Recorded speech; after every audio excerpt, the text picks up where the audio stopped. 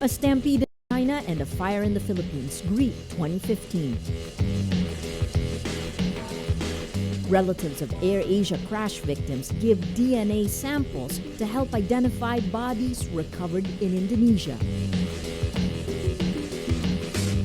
And a Nielsen study says Filipinos were thriftier in 2014.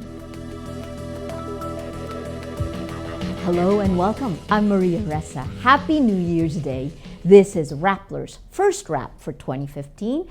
This is the list of the most important events around the world you shouldn't miss today.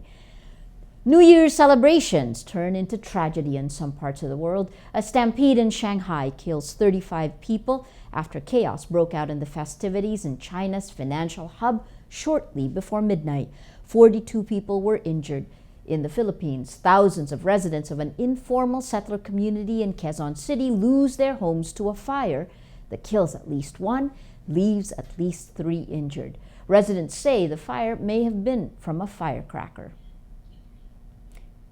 Indonesian police take DNA samples and medical data from dozens of relatives of the AirAsia crash victims to help identify the bodies. As the weather clears Thursday, rescuers promise an all-out effort to search for bodies from AirAsia flight QZ8501. The US, Singapore, South Korea, and Malaysia join attempts to locate the plane's fuselage. The plane crashed during a storm Sunday near the island of Borneo en route from Surabaya in Indonesia to Singapore. 7 bodies have been retrieved so far from the plane, which carried 162 people. The Malaysian budget airline crash comes at the end of a disastrous year for Malaysian air travel after Malaysian Airlines flight MH370 disappeared and MH17 was shot down over Ukraine. Tropical Depression SENIANG, international name Jiangmi, weakens into a low-pressure area. State Weather Bureau Pagasa lifts all storm warning signals. The National Risk and Reduction Management Council says the death toll remains at 53. In Western Visayas, 2 expired food packs are accidentally delivered to SENIANG survivors. The expired noodles were leftovers from the relief goods for Super Typhoon Yolanda or Haiyan. Officials admit the noodles were distributed by accident without checking the condition of their contents. Social Welfare Secretary Dinky Soliman reminds regional offices of the immediate distribution of relief goods before they expire. North Korean leader Kim Jong-Un says he's open to the highest level talks with South Korea. In his New Year message, Kim says Pyongyang will, quote, make every effort to advance dialogue and negotiations with Seoul.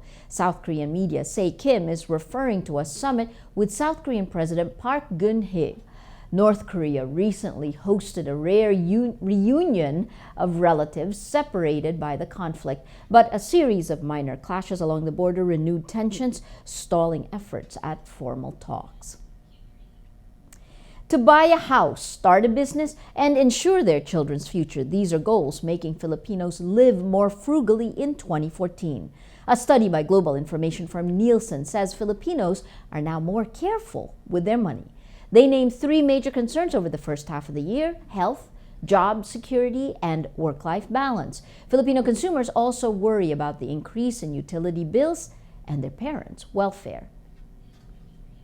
For the full stories, click on the links on your screen, and for those of you watching on mobile, the links can be found on the titles on the article. You can also click on the tabs below to go to a story in the video.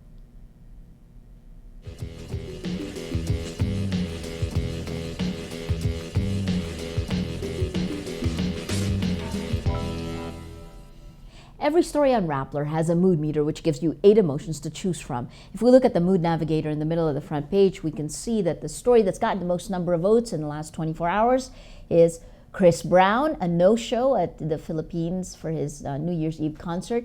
You have 59% annoyed, that purple, bringing out the mood of the day. Today, most people are annoyed.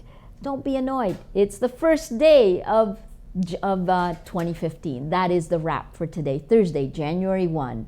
Visit Rappler.com for the latest news here and around the world. Check out our other shows, Tech Wrap and Rappler's Year-Ender 2014 in Moods. And if you haven't yet, subscribe to our YouTube channel. I'm Maria Ressa. As we say at Rappler, tomorrow begins today.